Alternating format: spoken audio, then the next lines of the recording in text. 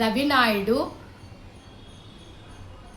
పేద పేద ప్రజల బ్రతుకులతో ఆడుకుంటున్నావు రవినాయుడు. బుల్డోజర్ రాజకీయాలు చేస్తున్నావు రవినాయుడు.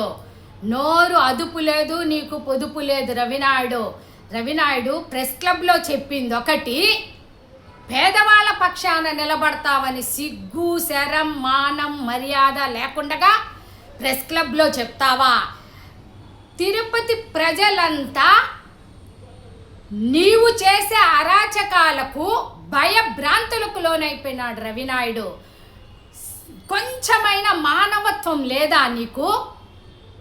పేదల పక్షాన నిలబడాల్సింది బుల్డోజర్ రాజకీయాలు చేసి షాపుల మీద పడ్డము, స్థలాల మీద కబ్జాలు చేయడము అదేనా నీ బ్రతుకు? కడుపుకు అన్నం తింటున్నావా, పెంట తింటున్నావా తెలియటం లేదే. చంద్రగిరి నుంచి వచ్చి ఇక్కడ రాజకీయాలు చేస్తాండవి రవినాయుడు. నీ ఇష్టారాజ్యంగా చేస్తాండవి. సిగ్గు శరం మానం మర్యాద కొంచెం కూడా లేదే నీకు, కొంచెం కూడా లేదే. నీకు పేదల ఉసిరే నీకు తగ్గుతుంది రవినాయుడు. ఏమనుకుంటా అన్నావు? కొంచెమన్నా మానవత్వం లేకుండా షాపుల మీద పడి కొల్లగొడతా ఉండావా? షాపులను పడగొట్టడము, నీ షాపులు బాగుండాలా, ఇతర పేద ప్రజల షాపులన్నీ పోవాలా, నీ షాపు మాత్రమే బాగా జరగాల. ఇది ఏమైనా కొంచెమైనా బుద్ధి జ్ఞానం ఉందా నీకు? షాపుల మీద పడ్డమే, స్థలాల మీద కబ్జాలు చేయడమే, వాళ్ళ పేరు వీళ్ళ పేరు చెప్పి కబ్జాలు చేసుకోవడమే నీ బ్రతుకంతా. ఎదవ బ్రతుకే. నీవు వచ్చినప్పటి నుంచే తిరుపతి అంతా భ్రష్టు పట్టిపోయింది. భ్రష్టు పట్టింది అంటే నీ వల్లనే, ఒక జేబీను నీ వల్లనే భ్రష్టు పట్టిపోయింది.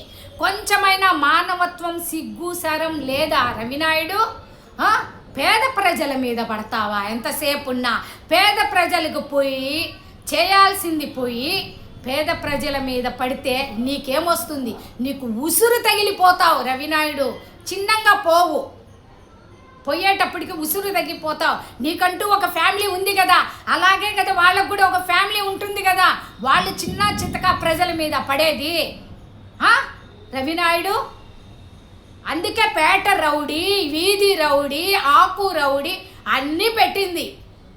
రౌడీ రాజ్యాంగంలో పేరు రాసుకున్నట్టుండవు రవినాయుడు.